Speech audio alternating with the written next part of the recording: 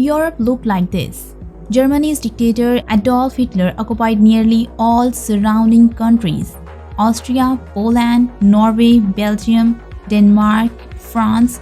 All these countries were invaded by Hitler. In Italy, in the south, another dictator was ruling, Mussolini. He had formed an alliance with Hitler. They were colluding together, so broadly speaking, only three major countries remained in Europe: Germany, the Soviet Union, and Britain. There was a peace agreement between Germany and the Soviet Union too, so Hitler need not to be worried about Soviet Union because the Soviets would not have attacked Germany. This meant that Britain was the last European country opposing Germany. On the other side of the world, America did not want to be involved in this war. They stayed away. This begs the question, how did the situation change? How was Hitler defeated? Come, let's understand the complete story of World War II. Hitler believed that since the fighting was over, Winston Churchill would want to sign a peace treaty with Hitler. Churchill would not want to put his country at risk since the German army was so much stronger. But the opposite happened. Winston Churchill gave an iconic speech. We shall fight on the beaches. We shall fight on the landing grounds. We shall fight in the fields and in the streets. We shall fight in the hills. We shall never surrender! He made it clear that there would be no peace treaty between Churchill and Hitler. The war against Germany would continue. This speech meant that Hitler would want to invade the UK too, and Hitler did try too. Hitler planned Operation Sea Lion to invade the British. They had to come up with a strategy to attack Britain. There is no land connection between the UK and mainland Europe, so the army could not simply be deployed. If they were to try sending ships, the British Royal Navy had more ships than Germany. The Germans would be at a loss. Hitler then decided to establish control over the airspace. German Air Force Luftwaffe had 2,600 aircraft. The UK had only 700. So Hitler attacked Britain from the sky. German Air Force Luftwaffe attacked by bombing. Their initial goal was to destroy aircraft, airfields, and manufacturing factories. The smaller British Royal Air Force, that was 1/4 size of the German Air Force, tried their best to defend their country. It was a tough fight, but eventually the British had to incur heavy losses. Eventually, Germans began attacking at night too.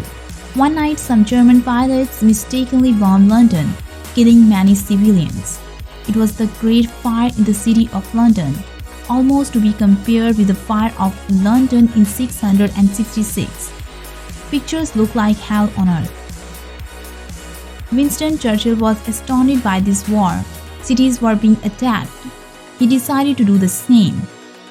The UK retaliated by bombing Berlin. When Hitler saw this happening, unlike previously when he was not interested in bombing London, when he saw that cities were already being bombed by the UK, he decided to destroy London. Hitler ordered the German Air Force to carry out an all-out decisive attack. More than 1,000 fighter jets were to be deployed at once to finish off the city as quickly as possible. Imagine the view of people would have seen on that fateful day. More than 1,000 fighter jets flying in the sky, coming to bomb your country. The British prepared their Royal Air Force. They had only 630 aircraft.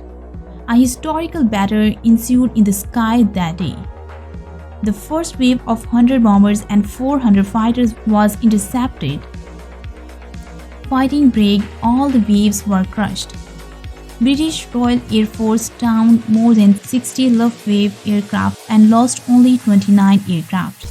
That's right. British successfully stopped the German Air Force attack. This day is now known as the Battle of Britain Day. What were the reasons driving this? You might be wondering this. How could the overpowered German Air Force with more aircraft fall to the British Air Force? The reason is quite simple. Whenever a country is attacked, when a country invades another, The invader aimed to gain something, but the defending country, it is literally a matter of existence for it. If they do not fight with all their might, the country would be wiped out. There would be no place for the citizens to live. There is a large difference in motivation among soldiers. For the first time in World War II, Hitler faced loss. Hitler knew that there was little chance of this mission being successful. So Operation Sea Lion was postponed, and Hitler shifted his focus from UK to the Soviet Union. Hungary, Romania, and Bulgaria in Eastern Europe had formed an alliance with Germany. They were a part of the Axis powers. Moving eastwards, the countries Yugoslavia and Greece were already occupied by Hitler. Actually, Italian dictator Mussolini was busy occupying Libya and Greece. The Italian forces could not deal with it alone. So, to defeat the British forces, Hitler sent some German troops to Libya to help Italian fights. With this, Yugoslavia and Greece were also occupied. Interestingly, Hitler was not interested in invading Britain. Hitler wanted to sign a peace treaty with Britain. Instead, he wanted to focus on the Soviet Union and defeat it so that Britain could be scared into signing the peace treaty. But why did he want to invade the Soviet Union when there was a peace treaty already? The real reason behind this was Hitler's ideology. He despised communists. Additionally, he believed that only if a country as large as the Soviet Union was captured could Germany become the number one superpower in the world, because Germany would then control so much land. Basically, Hitler was suffering from megalomania. He believed that he was the ruler of the world. He was driven crazy with power. He believed that he could achieve everything, that he could rule over the entire world. But attacking the Soviet Union was a major mistake for Hitler. In fact, this became a turning point in World War II. Hitler's plan was simple. The way he invaded France, he wanted to invade the Soviet Union similarly, by dividing the German forces into three parts. The first group would travel across the Baltic region towards Stalingrad, the city where Stalin resided. The second would attack Moscow, and the third group would attack from the south, traveling through Ukraine. This operation began in June 1941. The army of the Soviet Union was much larger than Germany's. They had 20,000 tanks and the Germans had only 6,000 tanks. But there was a major difference. The German technology was much better than the Soviets. This is why Hitler still had the upper hand in this war. To protect itself, the Soviet Union joined hands with Britain and became a part of the Allied powers. They formed a plan together to send supplies to the Soviet Union army. They decided to roll through Iran. But the problem was that Iranian government favored Hitler. This is why the UK and the Soviet Union invaded Iran together. This was not very beneficial because Hitler's blitzkrieg strategy helped the Germans invade 100 km within 2 days and occupy a large amount of Soviet Union territory. Within some weeks, they had proceeded so much that they were only 300 km away from Moscow. By this point in time, Hitler and his military commanders had some disagreements. Due to this, the next German advance was delayed till October. It started getting colder. The cold season gave the advantage to the Soviets. They were accustomed to fighting in the cold. In December 1941, another twist came to our story. Suddenly, Japan attacked the USA's Pearl Harbor base without any provocation. More than 2,300 American troops were killed. Till this point in time, America did not want to be involved in World War II. Whatever was happening in Europe till now, America watched it from afar but did not want to be involved in it. They had enough in World War I. So America stayed out of World War II. But after the bombing of Pearl Harbor, America had had enough. At this point, America officially declared war against Japan and entered World War II. There are many among us who in the past closed their eyes to events abroad because they believed that what was taking place in Europe was none of our business, that we could maintain our physical safety by retiring within our continental boundaries. To those who would not admit the possibility of the approaching storm, to past weeks have meant the shattering of many illusions. America entered the alliance with the Allied forces, which included major countries like the UK, the Soviet Union, and China. If you're wondering why Pearl Harbor was bombed, it has its own backstory, which I will explain in the next video. America took a few months to prepare for the war before entering into it. Till then, by early 1942, countries like Thailand and Cambodia were already invaded and occupied by Japan. By mid-1942, Hitler decided to focus on the Southern Soviet Union, on their supply chain from Iran. They decided to disrupt that, and so a devastating battle ensued in the city of Stalingrad. The Soviet Union army could successfully defeat itself against German army. In the South Pacific, Americans attacked Japanese territories. This is known as the Battle of Midway. 4 imported Japanese aircrafts and supplier carriers were destroyed in June 1942. By the end of 1942, the British Army successfully drove out German and Italian forces from Egypt. The Battle of Stalingrad continued for a long time in November 1942. During the winter months once again, it became increasingly difficult for the German army to fight.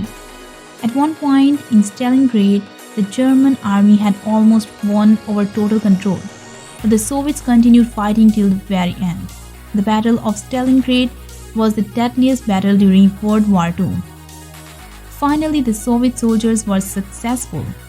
Nearly 300,000 German troops present in the Stalingrad were surrounded by Soviet soldiers. These soldiers surrendered in February 1943. This was the biggest turning point in World War II. Some months later, in July 1943, the Italian citizens threw out dictator Mussolini. Mussolini was executed by Italian partisans living in villages. Partisans are the civilians who take up arms to fight for some cause. An interesting fact here, Bella Ciao, the famous song you would have heard it in the Money Heist series, originated in Italy during this period. If you ever notice, the song begins by addressing O Partigiano. Partigiano refers to partisans.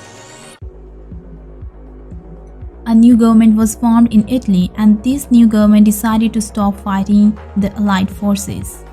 Steadily, the confidence among the Allied countries was rising that they could actually defeat Hitler. In November 1943, Stalin, Roosevelt, and Churchill met in Tehran to discuss how World War II could be ended.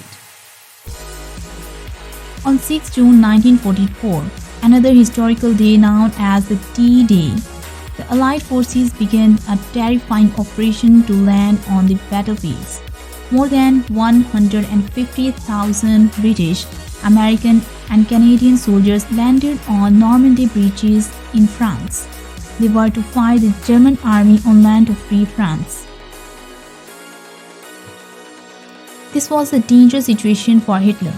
Hitler had directed his army to focus on the Soviet Union. There they were facing losses due to cold. They could not defeat the Soviet Union completely, and now they were being attacked from the Western Front as well. So Hitler decided that it was better to withdraw army from the Eastern Front and to focus on the counter-attack on the Allied forces moving in from the West. As soon as Hitler withdrew his army from the Soviet Union, there was a major counter-attack from the Soviets. And within just 2 months, the Soviets regained around 600 kilometers of territory from Germany. On the other side, the Allied forces landed in southern France too. One after another, countries were being liberated. Hitler's army was being thrown out. Yugoslavia threw out German troops on its own strength. Germany was being attacked from 3 sides. Hitler planned his last major offensive, the Battle of Bulge. In the forest region of Ardennes, the German army intended to drive out the Allied forces before formally invading Germany. In February 1945, the Yalta Conference was held, Allied forces continued bombing German cities. Later on, this was criticized by some, claiming that it was unnecessary to bomb German cities that killed numerous civilians. Cities like Dresden crumbled to the ground. It is said that when Hitler could be killed on the ground, there was no need for the bombings. By this point in time, it was clear that Hitler was about to lose. Finally, in May 1945, Berlin was surrounded by the Soviet army. 2 days before that, on 13th April 1945, Hitler killed himself. On 8th May 1945, Germany formally surrounded. German territories were divided, East Germany and West Germany were formed. Poland was recreated from a large part of East Germany. The borders of many countries were redrawn. Today, the map of Europe that you see looks the way it is because of World War II. The map before World War II was completely different. When the new government was formed in Germany, they had cordial relations with France. The long enmity between the two countries was finally at the end.